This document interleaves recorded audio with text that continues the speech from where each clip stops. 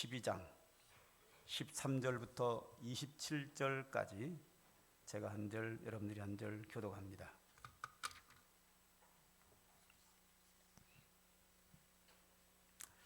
성경 말씀 누가복음 12장 13절부터 21절까지 한 절씩 교독하고 21절은 다 함께 읽도록 하겠습니다. 12장 13절 무리 중 한 사람이 이르되 선생님 내 형을 명하여 유산을 나와 나누게 하소서 하니 이르시되 이 사람아 누가 나를 너희의 재판장이나 물건 나누는 자로 세웠느냐 하시고 그들에게 이르시되 삶과 모든 탐심을 물리치라 사람의 생명이 그 소유에 넉넉한 데 있지 아니하니라 하시고 또 비유로 그들에게 말하여 이르시되 한 부자가 그 밭에 소출이 풍성하매 심중에 생각하여 이르되 내가 곡식 쌓아둘 곳이 없으니 어찌할까 하고 또 이르되 내가 이렇게 하리라 내 곡간을 헐고 더 크게 짓고 내 모든 곡식과 물건을 거기 쌓아두리라. 또 내가 내 영혼에게 이르되 영혼아 여러 해 쓸 물건을 많이 쌓아 두었으니 편안히 쉬고 먹고 마시고 즐거워하자 하리라 하되 하나님은 이르시되 어리석은 자여 오늘 밤에 내 영혼을 도로 찾으리니 그러면 내 준비한 것이 누구의 것이 되겠느냐 하셨으니 자기를 위하여 재물을 쌓아두고 하나님께 대하여 부여하지 못한 자가 이와 같으니라. 아멘. 제가 하나님의 축복에 대해서 계속 말씀을 지금 몇 달째 드리고 있는데요. 지난주와 이번 주 다 재물에 대한 내용입니다. 연속 2주를 하는 이유는 우리의 매일매일의 생활이 항상 물질과 연관이 있습니다. 제가 지난번에도 말씀드린 것처럼 사람이 하는 모든 일들 속에서 돈 없이 할 수 있는 것은 아무것도 없습니다. 낮에 낮잠을 자도 돈이 있어야 잡니다. 돈이 있어야 잘 집이 있지요. 길거리에서 잔다고요? 길거리에서 자도 옷을 입어야 자지요. 옷을 입으려면 돈이 있어야죠. 매일 생활에서 우리는 재물과 분리해서 살 수 있는 한순간도 없습니다. 그렇기 때문에 이 재물은 우리에게 엄청나게 중요합니다. 그런데 이 돈에 대한, 이 재물에 대한 생각을 어떻게 가지고 있느냐는 굉장히 중요합니다. 사람마다 이 재물에 대한 생각이 여러 사람마다 서로가 차이점이 있어요. 물론 사람은 생각의 자유가 있어서 생각이 서로 다른 다양성이 있기는 해서 상대방의 그 재물에 대한 생각을 우리는 존중해 줘야 되는 것은 맞지만 그 생각이 하나님의 말씀인 성경과 다르면 그것은 문제가 되는 거죠. 성경과 다르면 얼른 내 생각을 내려놓고 성경이 뭐라고 말씀하시는가, 하나님께서 뭐라고 말씀하시는가에 내 생각을 빨리 맞춰가야 돼요. 이 돈이 죄냐 아니냐, 선하냐 악하냐, 이랬을 때 돈은 선하지도 않고 악하지도 않죠. 문제는 사람인 거예요. 사람이 어떻게 돈을 벌고 어떻게 돈을 쓰느냐가 중요하거든요. 돈은 선하거나 악하지 않지만 내가 돈을 선하게 벌어서 선하게 쓰면 그 돈은 선한 거지요. 내가 돈을 악하게 벌어서 악하게 쓰면 그 돈은 악하게 쓰임받게 되는 거죠. 그래서 돈은, 재물은 선하다 악하다 말할 수 없고 내가 이 재물에 대한 어떤 생각을 가지고 하나님의 생각을 가지고 하나님이 원하는 방식대로 벌고 쓴다고 하면 돈은 선한 것이고 우리에게 큰 축복이 되지만, 그렇지 않다고 하면 우리에게 제약이 되는 거죠. 제가 2주 동안에 설교를 통해서 돈에 대한 모든 걸 다 얘기할 수는 없지만 한 부분을 2주에 걸쳐서 드릴 수밖에 없는 그런 상황인데, 오늘 본문을 따라서 한번 좀 더 생각해 보려고 합니다. 자, 어떤 사람이 예수님을 찾아왔어요. 찾아와서 형과의 유산을 나누는 문제를 가지고 왔어요. 그때 예수님께서 그 동생 되는 사람이 그 마음에 물질에 욕심이 있는 것을 아시고 그에게 이래요. 삼가 모든 탐심을 물리치라 하면서 물질에 대한 욕심을 내지 마라 하시면서 왜 우리가 재물에 대해서 욕심을 내면 안 되는지 한 비유로 이야기를 합니다. 그 이야기는 이렇습니다. 어느 마을에 한 부자가 있었습니다. 그 해에 대풍년이 이루어가지고 농산물이 너무 잘 된 거예요. 그는 큰 농토를 가지고 있었고 종들도 많이 있었던 것 같습니다. 그래서 대풍년을 이루니까 너무 좋은 거예요. 그런데 이 부자에게 행복한 고민이 하나가 있었어요. 그 고민이 뭐냐 하면, 이야, 저렇게 들판에 대풍년을 이루었는데 저 많은 곡식을 어디다 쌓아둘 것인가. 행복한 고민이죠. 고민치고는. 그가 가지고 있는 현재의 창고를 가지고는 저 많은 농산물을 쌓아두기에 부족한 거예요. 그래서 그는 고민에 빠졌어요. 어떻게 할까? 고민에 빠지다가 결정을 내립니다.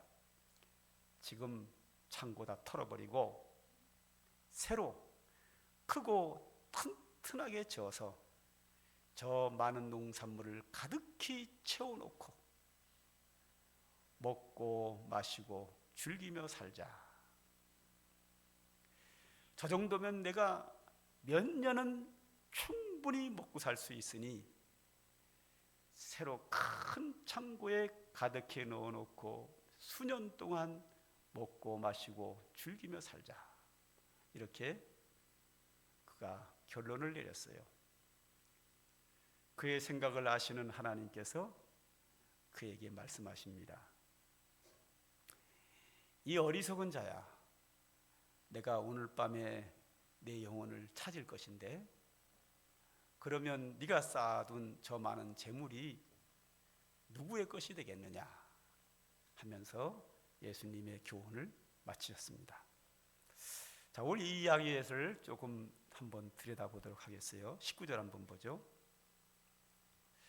내가 내 영혼에게 이르되 내 영혼아 여러 해 쓸 물건을 많이 쌓아두었으니 편안히 쉬고 먹고 마시고 즐거워하자.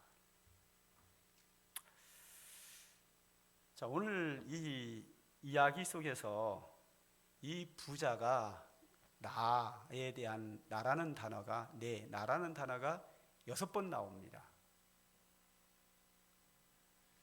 이 사람은 하나님에 대하여 이웃에 대하여는 아무 생각 없고 자기만 생각하는 사람입니다. 내가 내 영혼에게 여러 해 쓸 물건을 많이 쌓아두었다. 그러니 내 혼자 잘 먹고 잘 살겠다는 거죠. 이것이 부자의 생각인데 1년도 아니고 여러 해 쓸 물건이 충분히 있다 하는 욕심이 많은 것을 여지없이 드러내고 있습니다. 자, 이 부자가 많은 재물을 갖고 있었고 또 그 해에 풍년이 와서 많은 농산물을 거두게 된 것은 참 좋은 일이죠. 그럼 나쁠 거 없죠. 다다익선이라고 재물이라고 하는 것은 많을수록 좋지요. 근데 이제 이 사람의 문제가 뭔가 하면 그 재물에 대한 욕심인 거예요. 하나님께 대하여, 이웃에 대하여는 아무런 관심이 없어요. 나 혼자 잘 먹고 잘 살면 좋다는 거죠. 이제 욕심이 이제 생긴 거죠. 욕심이라고 하는 것은 가질수록 많아지는 것이 욕심입니다. 제가 어떤 사람과 대화를 하다가 그런 적이 여러 번 있었는데요. 제가 해물을 좋아한다 이렇게 말을 하면 뭐라 그러냐면 바닷가에 사셨어요? 이러거든요. 바닷가에 어려서 산 사람은 해물을 먹던 습관이 있어서 어른이 돼도 계속 해물을 좋아하거든요. 또 이런 얘기가 있죠. 절간에 스님이 고기 맛을 보면 빈대 한 마리도 남아나지 않는다. 고기를 안 드시는 스님이 고기를 드셔보고 맛을 알면 고기를 계속 먹어야 된다는 얘기죠.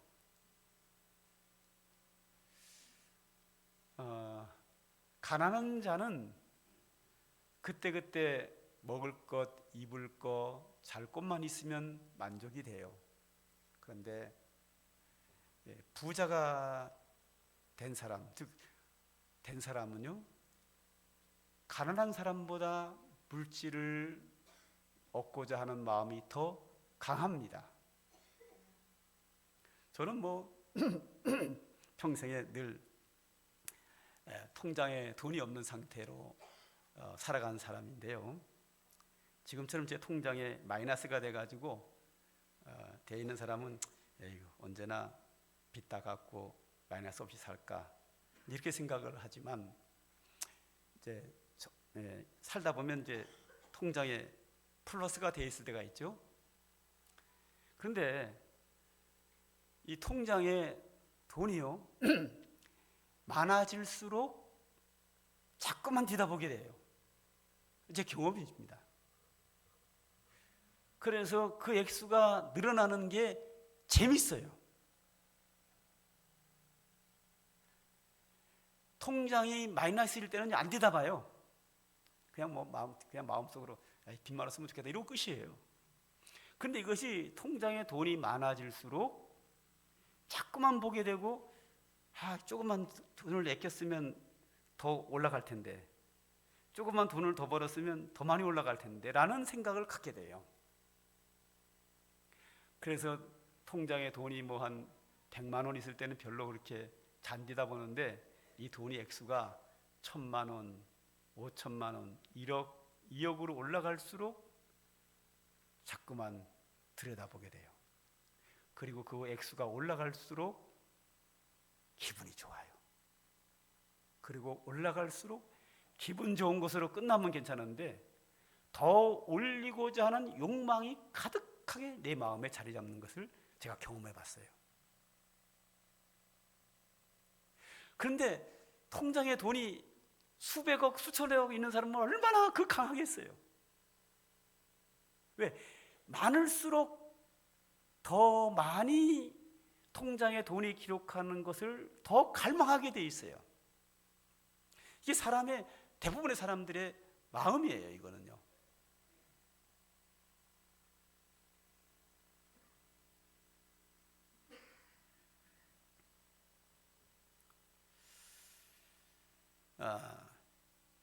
이것은 재물에 대한 좋은 생각이 아니라는 거죠. 그래서 이 부자의 어리석은 생각에 대하여 하나님은 이렇게 말씀하십니다. 20절이죠. 하나님은 이르시되 어리석은 자여 오늘 밤에 내 영혼을 도로 찾으리니 그러면 내 준비한 것이 누구의 것이 되겠느냐. 제가 우리 성도들에게 자주 드리는 말씀입니다. 어떨 땐 제가 개인적으로도 자주 해요. 제가 이럽니다. 집사님, 제가 보기에 집사님 지금부터 일 안 해도 돈 안 벌어도 100세까지 먹고 살 거는 있을 것 같은데요. 이제 그만 일하시죠. 이런 권면을 제가 중간중간 합니다. 그런데 그 말을 순종하는 분은 아직까지 한 분도 안 계셨어요. 제 목회 철학이 뭐죠? 하나님께 영광, 성도에게 행복이에요. 우리 성도들이 100세까지 산다고 했을 때에 우리에게 필요한 것은 100살까지 사는 것만큼만 재물이 필요해요. 다른 교회 성도들은 90살까지 사는 것만 필요할 것 같아요. 우린 좀 거기 90살 못 살 것 같은 거 느낌이니까요. 100세까지 살 것만 필요해요. 100세가 돼서 하나님이 우리 영혼을 부르시면 그 나머지 돈은 남에게 다 넘어가요. 그런데 살아있을 때에 100세까지 살고 남는 돈을 사람들에게 나누어주면요, 얼마나 좋아하는지 몰라요. 그리고 사람들이 나를 존경하게 되죠. 그런데 내가 쓰지도 않을 건데 인색하게 살고 욕심부리고 살고 모아두고 쌓아두고 그거 버느라고 사람들에게 별로 좋은 소리도 못 듣고 땀 흘려 힘들여 벌어서 잔뜩 쌓아봐야 하나님이 나를 부르시면 다 남에게 빼앗기고 말아요. 내가 살아있을 때 누굴 주는 게 낫지. 그걸 빼앗기면 그게 무슨 의미가 있겠어요?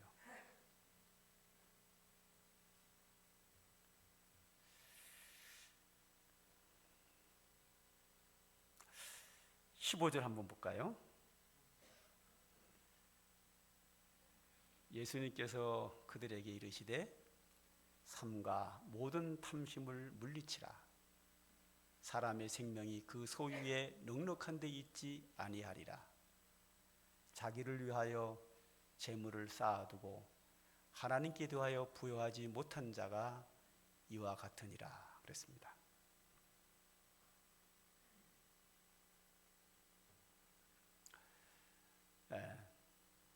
이 욕심을 부리고 그 돈을 벌기 위해서 수고하는 것은 우리의 신앙적으로도 하나님 앞에 옳지도 못하지만 내게도 유익하지 못합니다. 우리가 이렇게 돈에 대해서 정상적으로 수고하고 번 돈을 우리는 뭐라고 그러는가 하면 우리 기독교들은 하나님이 주셨다라고 생각을 하는 거예요. 그래서 정상적으로 수고하고 번 돈은 우리는 어떤 믿음을 가지고 있는 하나님이 내게 주셨다 하여 감사함으로 내가 하나님 나에게 주셨으니까 여기서 9은 내가 갖고 하나는 하나님께 11조의 드리는 거예요. 그리고 이제 이 9을 가지고 이제 나를 위해 쓰는 거예요. 근데 이 9, 내가 번 돈은 가장 먼저 누구를 위해 써야 되느냐 하면 이웃을 위해 쓰면 안 돼요. 누구를 위해 써요? 나를 위해 쓰는 거예요. 왜냐하면 하나님이 나에게 재물을 주셨다 이거죠. 그거 왜 줬나 하면 나 쓰라고 준 거예요. 다른 사람 주라고 준 거 아니에요. 나 쓰라고 주신 거예요. 하나님이 나에게 은혜로 주신 거예요. 그걸 믿고 감사함으로 10분의 1은 11점으로 드리고 나머지 9는 나를 위해 쓰는 거예요. 1번이 나예요. 1번이 내가 안 되면 이게 좋고 선한 사람으로 착각하는데요. 그렇지 않아요. 성경은 나를 위해서 1번으로 써야 돼요. 이런 거 있죠. 이따금씩 뉴스에 나오잖아요. 어떤 노인께서 평생의 폐지를 주워다가 돈을 저축을 해놔요. 쓸 것도 안 쓰고 안 쓸 것도 안 쓰고 이래가지고 해서 그 폐지에서 얼마 벌어요. 그거를 안 쓰고 모아놓는단 말이죠. 그래서 한 1억이 돼요. 1억이 됐는데 이제 노인이 돼가지고 한 70, 80 돼가지고 그 돈을 대학교에다가 기부를 하잖아요. 그죠? 그러면 신문에 막 나오잖아요. 나는 잘못됐다고 봐요. 성경적이 아니에요. 비성경적이에요. 평생에 자기 쓸 걸 안 쓰고 아껴서 아끼고 또 아끼고 또 아껴서 저거만 그 1억 되는 엄청난 돈을 대학교에다가 기부를 한단 말이죠. 그러면 이 사회는 막 뉴스에 나와가지고 그분을 굉장히 훌륭하다라고 말을 하는데 저는 훌륭하다고 안 봐요. 비성경적이에요. 대학교에는요, 학장, 총장, 교수, 학생들 다 이 노인보다 다 더 잘 사는 사람들이에요. 어떻게 가난한 자가 부자에게 돈을 줍니까? 이거 성경에 그런 걸 한 곳에도 나온 것이 없어요. 대학교에다 1억을 기부한 것은 좋지만 그 노인의 인생은 누가 책임질 거예요?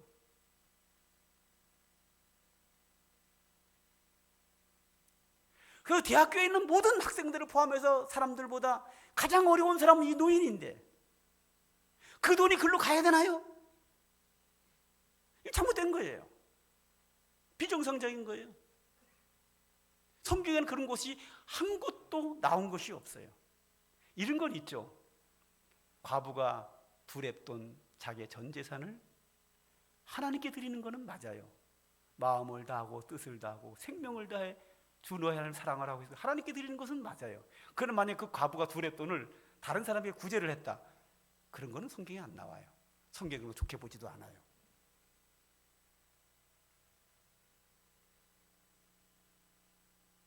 그 노인 되신 어르신들은 그때 폐지를 번 돈은 자기를 위해 써야 돼요. 또 자기 가족을 위해 써야죠. 아내, 자녀가 있으면 자녀를 위해 써야죠. 그걸 다 자기도 안 쓰고 가족도 안 쓰고 그걸 모아놨다가 대학교에다 기부를 한다? 겉보기에는 너무너무 아름다워 보이지만 실제로 들어가면 그것은 바람직한 게 아닙니다. 못 되는 거예요. 그 비성경적이에요. 하나님이 원하지 않은 방법이에요. 이걸 갖다 뭐라 그러냐면 감성으로는 훌륭한데 이성적으로 실제로 보면 이것은 바람직한 게 아니에요. 성경은 이성적이에요. 굉장히 이성적이에요. 논리적이고요. 논리성이 맞지를 않아요. 이건. 그래서 하나님이 나에게 주신 재물은요, 하나님의 것은 11조금을 드리고 1번이 누구죠? 내가 써야 돼요. 나와 내 가족이 써야 돼요. 그리고 나머지 부분들, 여유가 있는 부분들은 나보다 어려운 사람을 위해서 나눌 수 있어야 돼요. 나 먹을 것도 없는데 나보다 더 잘 사는 사람에게 준다? 이거는 내 이웃을 내 몸처럼 사랑하는 게 아니에요. 비정상적인 거예요. 많이 가진 자가 적게 가진 자에게 나누는 게 성경적입니다. 그런데 오늘 부자의 문제가 뭐냐면 풍족하게 가졌어요. 이 풍족하게 가졌는데 하나님께 대하여, 이웃에 대하여 관심이 없어요. 자기밖에 몰라요. 그래서 하나님이 내가 오늘 밤 네 영혼을 찾을 것이다. 그럼 네가 많이 쌓아둔 그 재물이 누구의 것이 되겠느냐라고 말씀하시는 거예요. 누가복음 18장 25절 하나 볼까요? 낙타가 바늘기로 들어가는 것이 부자가 하나님의 나라에 들어가는 것보다 쉬우니라. 자, 이 말씀을 잘 이해해야 됩니다. 낙타는 사람보다 커요, 그죠? 큰 짐승이란 말이죠. 더군다나 말처럼 덩어리가 매끄러운 게 아니라 꾸불꾸불해요. 등치도 크고요. 등이 꾸불꾸불한 이 낙타가 조그만한 바늘기로 어떻게 들어가겠어요? 못 들어가죠. 그런데 부자가 천국 들어가는 것이 낙타가 조그만한 바늘구멍 들어가는 것보다 쉽다. 이 말은 뭐예요? 부자가 천국 들어가는 것이 낙타가 바늘구멍 들어가는 것보다 더 어렵다. 즉 불가능하다. 다시 말하면 부자는 천국 못 들어간다. 좀 더 쉽게 말하면 부자는 구원받지 못한다는 거예요. 어떻게 생각하세요? 여기에 대해서? 이것은요, 문법상 과장법이에요. 이걸 그대로 직역을 하면 부자는 다 지옥 간다는 얘기거든요. 절대 못 들어가거든요. 낙타가 어떻게 바늘기로 들어갑니까? 그보다 부자가 천국이 더 어렵다는 얘기는 부자는 절대 천국 못 간다는 얘기거든요. 과장법입니다. 뭐에 대한 과장법이죠? 부자가 재물에 대한 욕심으로 거기에 너무 욕심에 빠져 있어서 하나님 나라에 들어가는데 합당하지 않다. 그걸 이제 과장법으로 강하게 표현한 것뿐이에요. 부자 천국 들어갈 수 있어요. 그런데 왜 예수님께서 여기서 낙타와 바늘길을 비유로 해서 부자가 천국 못 들어간다라고 결론을 내렸나요? 그 이유는 부자는 돈을 많이 가질수록 욕심이 커져서 절대 남을 위하여 나누지 못하고 하나님께 대하여 이웃에 대하여 돌아보지 않고 천년만년 이 세상에 살 것처럼 욕심에 빠져서 사는 그 사람은 천국 백성이 합당치 않다는 것을 이렇게 비유로 표현한 겁니다. 재물에 대해서 가장 좋은 건 뭐냐 하면 지혜롭고 믿음으로 지혜롭게 부지런히 일해서 정상적으로 돈을 많이 벌고 그리고 나와 내 가족이 행복하게 살고 하나님의 선한 사업에 후하고 이웃을 위하여 나누는 삶이 가장 바람직한 축복된 기독교인의 삶입니다. 그런데 만약에 돈을 버는 방법이 비정상적인 방법으로 제약된 방법으로 돈을 벌어놓고 하나님이 나에게 주셨다라고 하면 안 되는 거예요. 비정상적인 방법으로 돈 번 것은 하나님이 주신 게 아니에요. 그건 세상으로부터 온 거예요. 돈을 벌 때 정상적으로 벌어야 해야 돼요. 그리고 그 번 돈을 가지고 죄악된 곳에 쓰면 그것도 안 되는 거죠. 우리 기독교인은 정상적으로 지혜롭게 부지런히 해서 돈을 많이 벌고 그 번 돈을 하나님이 나에게 주셨다라고 믿고 내가 나를 위해 쓰고 그리고 하나님과 선한 사업과 이웃을 위해 나누는 것이 재물에 대한 가장 바람직한 성도의 삶입니다. 우리 찬양 하나 할까요? 찬양팀 좀 도와주세요.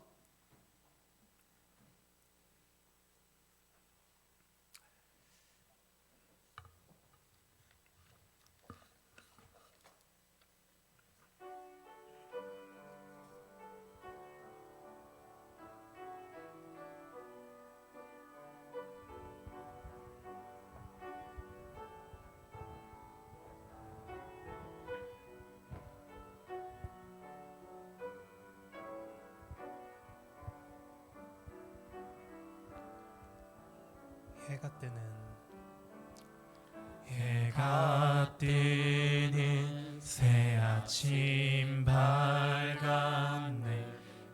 이제 다시 주님 찬양. 무슨 일이나 어떤 일이 내게 놓여도 저녁이 올 때 나는 노래해. 송축해 내 영혼아 거룩하신 이름. 이전에 없었던 노래로 나 주님을 경배해. 노하기를 더디하시는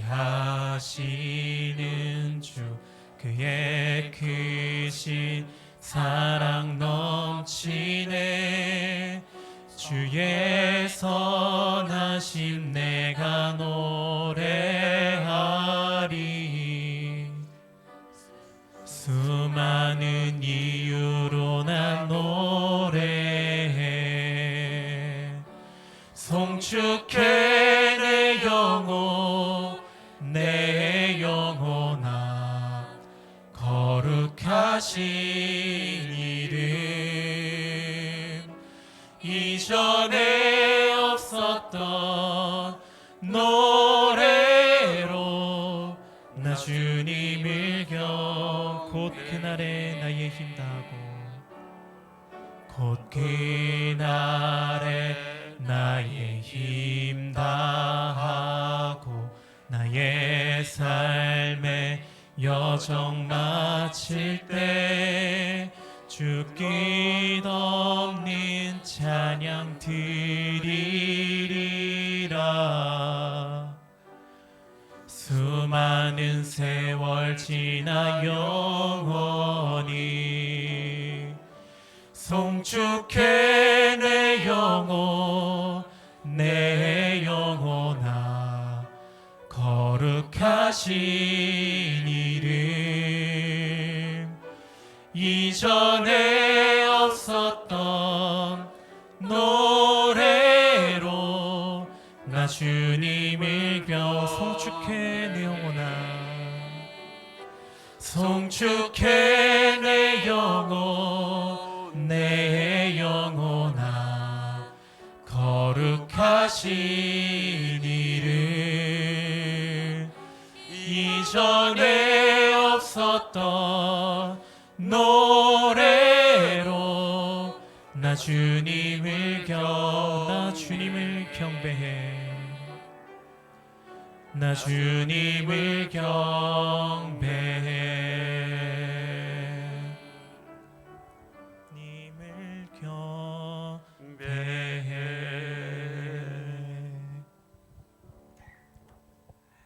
예수님의 제자 사도 요한이 나이가 아주 많습니다. 노년이 되어서 사랑하는 성도들을 위하여 이렇게 축복 기도를 합니다. 사랑하는 자여, 내 영혼이 잘됨 같이 내가 범사에 잘되고 강건하기를 내가 간구하노라. 사도 요한이 노년기가 되어서 성도들에게 사랑하는 자여, 그리고 그의 기도를 이렇게 합니다. 내 영혼이 잘됨 같이 내가 범사에 잘되고 강건하기를 간구하노라.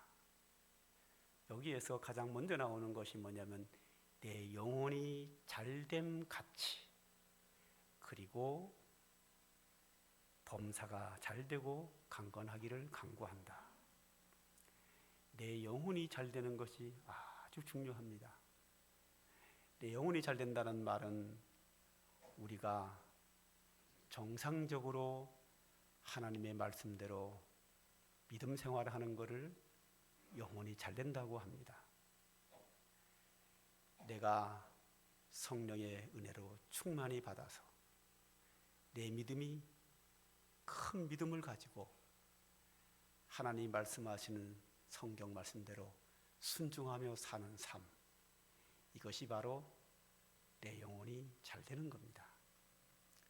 우리는 매일같이 돈 없이는 살 수 없습니다. 이 땅에 살면서 돈은 너무 우리에게 소중합니다. 그러므로 하나님께서 우리에게 물질의 축복을 많이 주시고 많이 받는 것은 분명한 하나님의 축복입니다. 그러나 물질의 축복을 아무리 많이 받아도 내 영혼이 잘못되면 그 물질은 복이 아니라 내게 저주가 될 수도 있습니다. 내 영혼이 잘 되는 것이 우선입니다. 이것이 우리의 최고의 축복입니다. 지난주와 오늘 설교의 재물에 대한 결론은 이렇습니다. 하나님이 물질의 축복을 많이 줘서 부자가 되고 내 영혼이 잘 되는 것은 엄청난 축복입니다. 그러나 재물이 많은데 내 영혼이 잘못되면 저주입니다. 그러므로 우리는 살다 보면 가난할 수도 있습니다. 육체가 연약할 수도 있습니다. 그래도 내 영혼이 잘 된다면 그것은 축복입니다. 이 재물은 없는 것보다 있는 게 좋습니다. 내 영혼이 잘 되는 것은 반드시 있어야만 합니다. 비록 가난할지라도, 비록 연약할지라도 성령의 충만함 속에서 하나님의 말씀대로 신실하게 살아가는 성도, 영혼이 잘 된다면 그는 하나님의 복을 받은 사람이고 충분히 행복할 수 있습니다.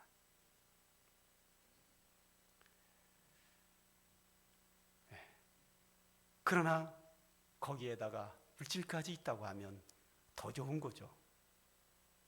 가장 중요한 것은 사랑하는 자여 내 영혼이 잘된 같이 영혼이 잘 되는 것이 훨씬 더 우리에게 좋습니다.